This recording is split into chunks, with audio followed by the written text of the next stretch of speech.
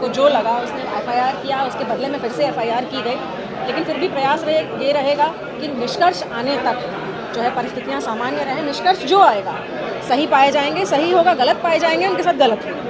लगता है जो कांग्रेस के इन तीनों विधायकों के कारण से पार्टी दागदार हुई है, जिस तरह से कयास लगाए जा रहे थे उसके बाद देखिए, हम एक चीज़ एक कहावत है कि हमारे हिंदी में कि चक्की में जब गेहूँ पिसता है तो साथ में घुन भी पिसता है।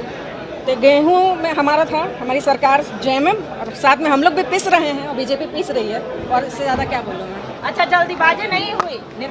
Kings organic tomato ketchup Dhanbad के किसानों द्वारा जैविक विधि से उत्पादित टमाटर का बिल्कुल शुद्ध उत्पाद है।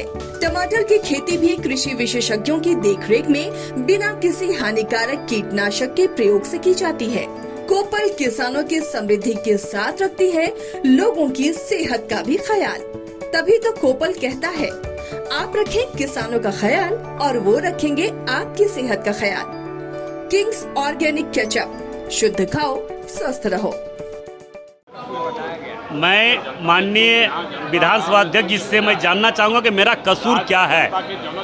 कसूर यही है कि राज्य के एक एक मुद्दा को मैंने विस्तार रूप से रखने का काम किया। राज्य को लूटने का काम जो सरकार के माध्यम से लोगों के द्वारा किया जा रहा है, जो सरकार के इर्द गिर्द में रहने वाले, मुख्यमंत्री जी के इर्द गिर्द रहने वाले लोगों के द्वारा राज्य को लूटने का काम किया जा रहा है। पूरे अनलीगल माइंस के तहत वहाँ पे हजारों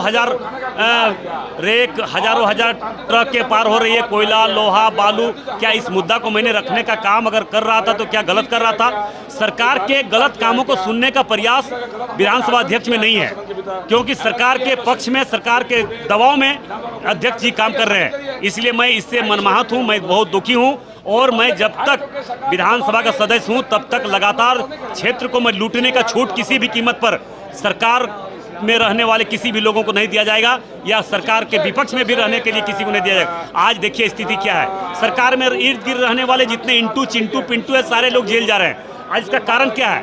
कारण यही है कि राज्य को सिर्फ और सिर्फ लूटने में लगा हुआ है। आज 75% आरक्षण देने के बाद भी आज सरकार में हिम्मत नहीं कि वो 75% आरक्षण देने के बाद भी लागू करने का काम किया।